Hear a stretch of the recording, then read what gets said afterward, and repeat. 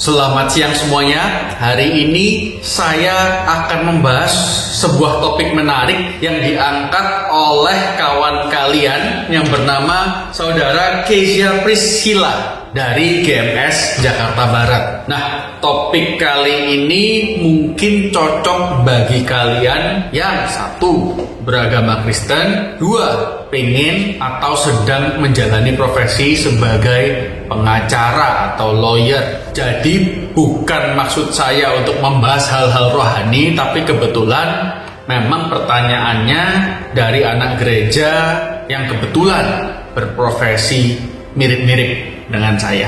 Nah, layaknya orang hukum pada umumnya, mari kita bedah dulu pertanyaan yang diajukan oleh Saudara Kezia, ya.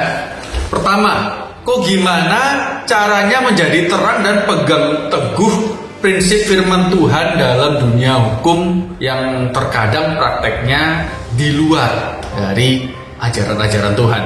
Sebelum menjawab pertanyaan ini, saya mau kasih disclaimer dulu bahwa saya meskipun mungkin sering ngepost tentang kegiatan-kegiatan saya, termasuk di dalamnya pelayanan dalam gereja, saya tidak pernah mengklaim diri saya sebagai lawyer yang selalu lurus taat dengan perintah Tuhan, karena banyak unsur ketidakjelasannya di situ. Contoh satu, apa yang dimaksud dengan praktek lawyer secara Kristiani? Tidak pernah dijelaskan secara gamblang mengenai bagaimana seorang pengacara yang kebetulan Kristen, bagaimana orang Kristen yang kebetulan jadi pengacara harus berpraktek. Jadi tidak ada panduan mengenai garis lurus itu.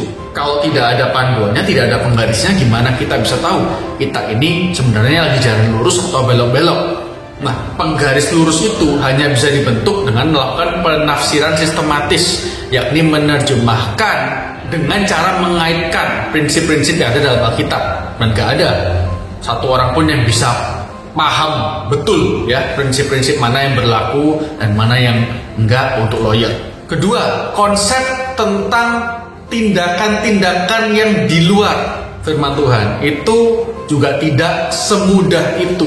Jadi karena penggarisnya nggak ada, batas larangan-larangannya juga tidak jelas, maka menurut saya nggak ada orang yang bisa ngeklaim dia punya jawaban yang paling tepat. Tapi dengan disclaimer tersebut, saya coba menjawab kebenaran menurut versi saya, ya.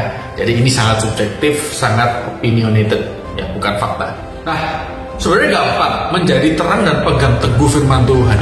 Contohnya kalau kertas ini saya pegang teguh, itu kan nggak mungkin ya kita terjemahkan secara literal. Kita bawa Alkitab kemana-mana, kan nggak begitu maksudnya. Yang diajarkan dalam Alkitab ini kita pahami semuanya, lalu kita pegang teguh dalam hati, memahami dulu, membaca terus-menerus supaya kita bisa ngerti maksud apa yang Tuhan ingin sampaikan kepada kita. Bagaimana kita bisa memegang teguh sesuatu dalam hati kita kalau kita nggak pernah refresh, nggak pernah update.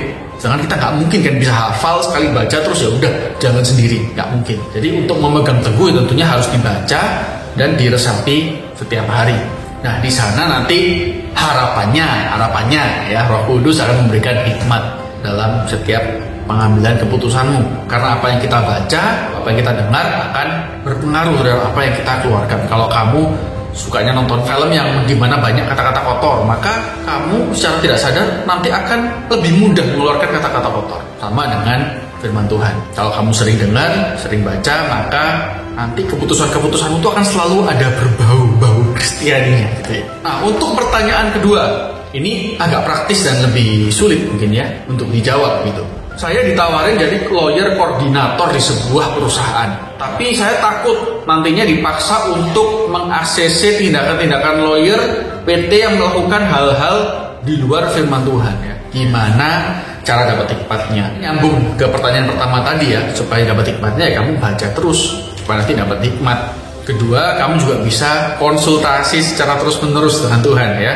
Kalau ada lawyer atau klien atau direktur perusahaan konsultasi kamu konsultasikan dulu ke Tuhan sebelum menjawab. Harus masuk akal ya, bukan terus setiap ditanya, "Entar Pak, saya mau doa dulu." Wah, itu kan aneh ya.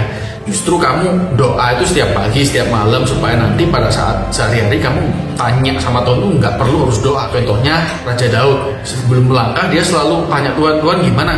Dalam hati ya, atau mungkin diucapkan saya nggak tahu, tapi nggak ada ceritanya Daud mengambil waktu berdoa, konsultasi dulu, nggak selalu seperti itu. Refleks aja langsung, Tuhan kiri atau kanan? Kiri. Ya, nah kiri, ketemu jalan lagi, ketemu pertigaan, Tuhan kiri, tengah atau kanan?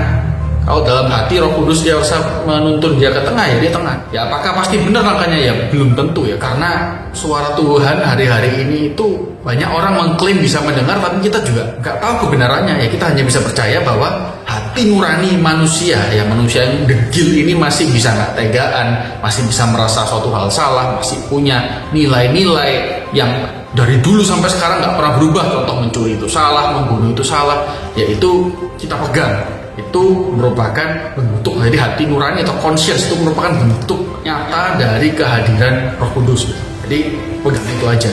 Nah, saya mau menutup pembahasan ini dengan sebuah cerita. Dulu sebelum saya memutuskan untuk mengambil kuliah, bukan kerja ya, kuliah, baru kuliah di dunia hukum, itu saya ambil waktu 2 tahun. Untuk apa? Satu, saya keliling ke semua universitas di Surabaya. Kedua, saya selalu mampirin perpustakaan atau toko bukunya untuk membeli buku yang judulnya spesifik, yakni filsafat hukum.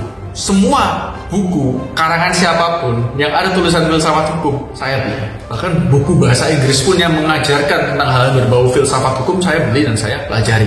Nah, kenapa saya melakukan hal tersebut? Karena banyaknya pendapat umum di luar bahwa profesi hukum ini kotor. Sama mungkin kamu juga berpikir demikian. Makanya saya harus cari peneguhan, gak cuma dari Alkitab aja, tapi juga dari para praktisi hukum yang telah memiliki banyak pengalaman, banyak waktu untuk berfilosofi mengenai apa sih profesi hukum ini. Kesimpulannya dari puluhan buku yang saya lahap, ya belasan lah mungkin ya, itu adalah profesi lawyer itu sama dengan dokter, ya, officium nobile atau noble profession, profesi mulia.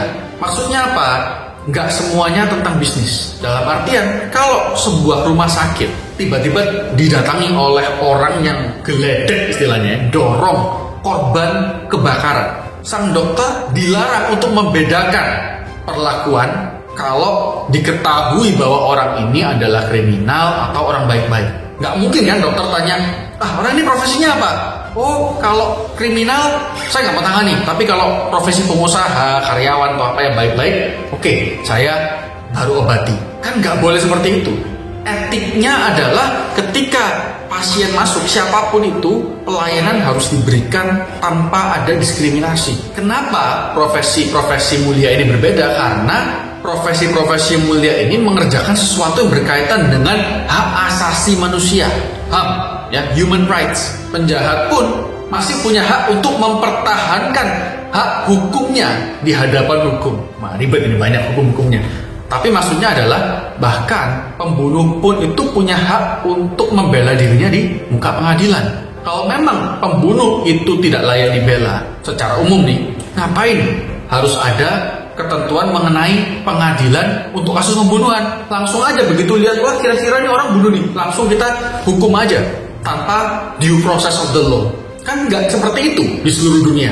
Pastinya ada due process of the law atau proses hukum yang dijalankan untuk menentukan, satu, apakah orang ini bersalah, kedua, kalau bersalah pun hukumannya apa. Nah, setelah saya meresapi prinsip tersebut, saya baru bisa memantapkan hati untuk sekolah di dunia hukum dan untuk kedepannya tentunya berkarir di dunia hukum. Karena saya sadar bahwa setiap manusia, terlepas apapun perbuatannya, apapun profesinya, itu punya hak hukum yang patut untuk dibela. Kesimpulannya apa Pak? Atau apaku dalam kasus ini ya? Nah, kalian filter sendiri cerita saya ini ya, dengan menggunakan filter hati nurani kalian, filter masalah yang sedang kalian hadapi sekarang, ya, atau dilema yang sedang kalian hadapi sekarang, dan simpulkan sendiri jawabannya. Karena cerita saya, thought proses saya, dan kesimpulan saya belum tentu bisa dapat jadi acuan buat kalian.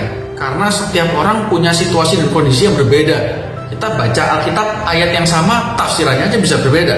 Jadi yang bisa saya lakukan hanya menjelaskan thought proses saya, pendapat saya, dan jawabannya bukan dari saya, tapi kalian sendiri yang harus mensarikan sebuah jawaban yang tailor made ya buat kalian berdasarkan informasi yang kalian terima di luaran termasuk dari saya.